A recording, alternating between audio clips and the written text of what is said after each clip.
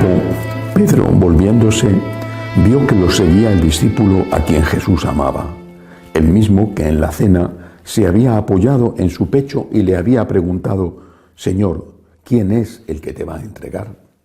Al verlo, Pedro dice a Jesús: Señor, ¿y este qué? Jesús le contesta: si quiero que se quede hasta que yo venga, ¿a ti qué? Tú sígueme. Entonces empezó a correr entre los hermanos el rumor de que ese discípulo no moriría. Pero no le dijo Jesús que no moriría, sino: si quiero que se quede hasta que yo venga, ¿a ti qué? Este es el discípulo que da testimonio de todo esto y lo ha escrito. Y nosotros sabemos que su testimonio es verdadero. Muchas otras cosas hizo Jesús. Si se escribieran una por una, pienso que ni en el mundo podría contener los libros que habría que escribir. Palabra del Señor. Gloria a ti, Señor Jesús.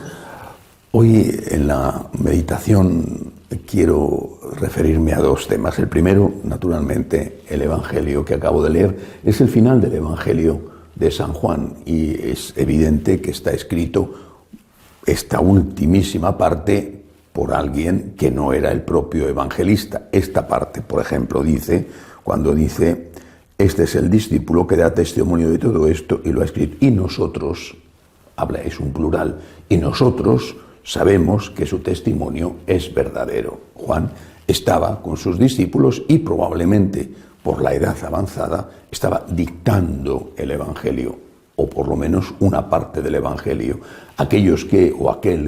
Aquellos posiblemente, porque es un plural, que estaban escuchando sus enseñanzas y que las ponían por escrito, certifican la autenticidad. Pero a la vez él dice que es él el que lo escribe. Este es el discípulo que da testimonio de todo esto. ¿Por qué las dudas sobre la autoría de los evangelios, no solamente el Evangelio de San Juan? ¿Por qué las dudas? Los que dudan tendrán que aceptar que se pueda dudar de ellos, ¿no? Tú dudas, pues tendrás que aceptar que yo pueda dudar de ti. Si tú dudas de que los evangelios los escribió Mateo, Marcos, Lucas o el propio Juan, yo podré dudar de cuáles son tus intenciones con la duda. ¿Por qué dudas? ¿Por qué? Porque una cosa tan importante, tan decisiva y tan asegurada desde prácticamente los orígenes, ¿por qué pones en duda todo eso? Me parece que la respuesta es muy clara. Y la respuesta desautoriza tu honestidad en la duda. No dudas como un científico que se asoma a unos textos antiguos. Dudas como alguien a quien le molesta el contenido de esos textos antiguos. Esa es la causa de tu duda. No eres una persona objetiva, neutral, que se enfrenta con los criterios científicos a unos documentos al margen de su importancia. Eres una persona a la cual le molesta el contenido de esos documentos. ¿Te molesta que Jesús rechazara el divorcio? ¿Te molesta? ¿Te molesta el contenido de la moral sexual del Evangelio? Y no digamos de la moral sexual de las cartas de San Pablo. Si por ti fuera, todas las cartas de San Pablo serían también ellas apócrifas e inventadas. Ese es el problema verdadero. Cristo molesta. Naturalmente que molesta a los del mundo, lógico, lo ha dicho muchas veces, pero es que molesta a muchos en la Iglesia.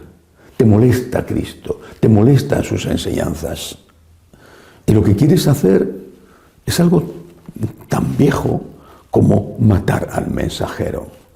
Es algo tan antiguo como echar lodo sobre esa persona que te molesta, poniendo en duda su existencia, poniendo en duda que aquello lo dijera, o poniendo en duda que lo escribieran los testigos directos de lo que pasó.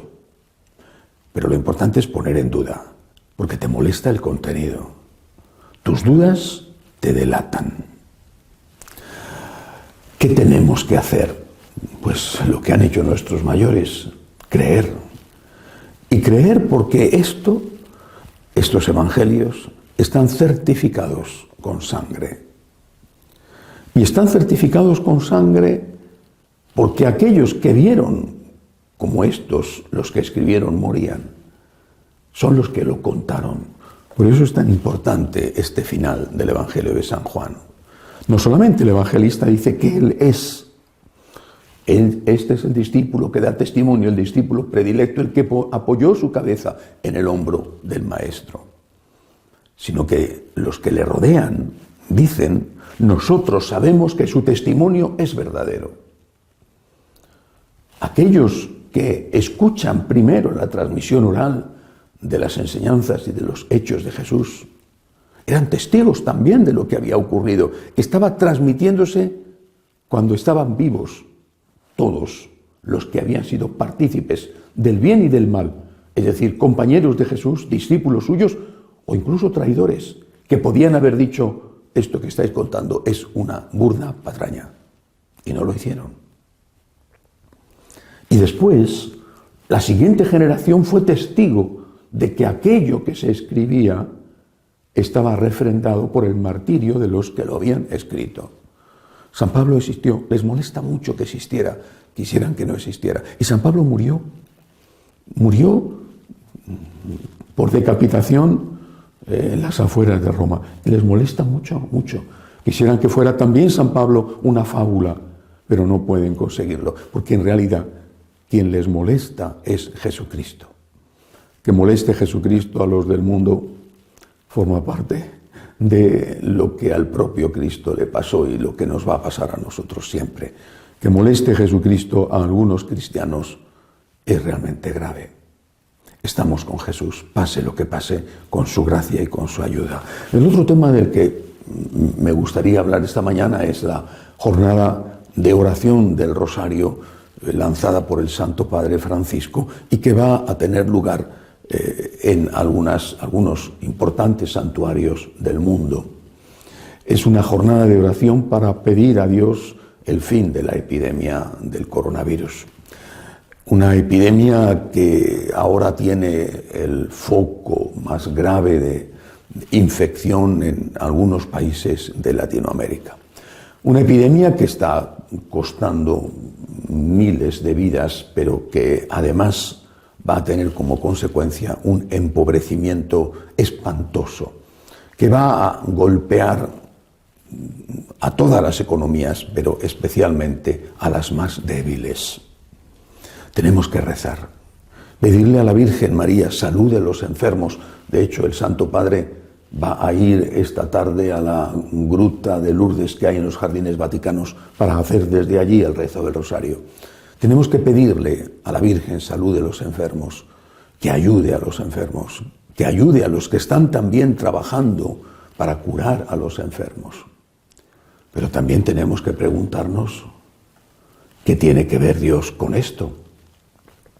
También a muchos eso les molesta, les produce una enorme inquietud.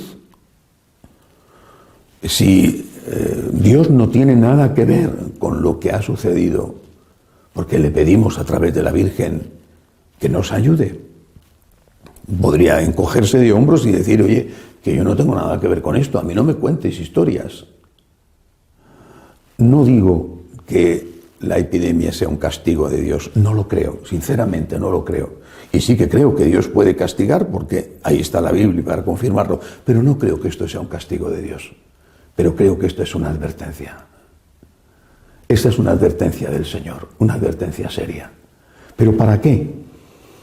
Bueno, seguramente para muchas cosas. Tenemos que replantearnos el abuso que en algunos casos se está haciendo de la naturaleza, o quién sabe si las técnicas de contaminación a través de productos de laboratorio, que quizá, no lo sé, pero se dice, quizá ha sido la causa de todo. Pero a mí me parece que la advertencia mayor es sobre nuestro estilo de vida. Y no me refiero solo al consumismo, que se verá gravemente afectado, sobre todo en algunos sitios.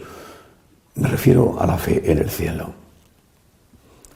La epidemia ha puesto de manifiesto algo que queremos siempre ocultar, pero que está ahí, tozudamente ahí, la muerte. Y lo que haya después de la muerte. Han muerto muchos seres queridos. Quizá algunos han estado, aunque no hayan muerto, en riesgo de morir. Y posiblemente muchos van a morir por hambre. Unos habrán muerto por asfixia, porque sus pulmones dejaron de funcionar por el virus, y es una muerte horrible. Y otros van a morir por hambre, porque no tendrán nada que llevarse a la boca. Pero al final siempre es la muerte. La muerte del anciano, son incontables los ancianos que han muerto, incontables. La inmensa mayoría, y muchos dejados morir, porque supuestamente no había forma de atenderlos en los hospitales. La muerte del anciano o la muerte del que ya tenía otra enfermedad, al fin la muerte. Pero la muerte nos hace pensar en la vida eterna. Por eso la lección que todos debemos de sacar en esta espantosa crisis es: hay vida eterna. Y esta es la palabra de esperanza que nosotros debemos dar a todos. Hay vida eterna. Hay vida después de esta vida. Morir solo es morir, decía José Luis Martín Descalzo. Morir solo es morir. Morir se acaba. Hay vida eterna. Si nosotros olvidamos esto para nuestra propia vida y dejamos de presentárselo a los demás, somos traidores al mensaje de Jesucristo. Pidamos al Señor, unido al Santo Padre, pidamos al Señor a través de la Santísima Virgen, rezando el rosario esta tarde, pidamos al Señor que termine pronto esta catástrofe y que los daños colaterales sean los menores posibles. Pidamos eso al Señor, pero recordemos la lección de esta epidemia. No eres Dios, solo Dios es Dios. Tú no lo eres. Te crees poderoso, fuerte, grande. Te has puesto delante de Dios a su altura o por encima de Él, y un pequeño virus te derriba de tu trono y te mete en el polvo. Hay vida eterna. Esa es nuestra esperanza. Aunque la hora de la muerte sea por un accidente de tráfico, sea por el coronavirus o sea por hambre, lo más importante es que esto se termina. Y hay alguien que nos espera cuando llega la muerte, que es Dios, el Dios de la misericordia. Que así sea.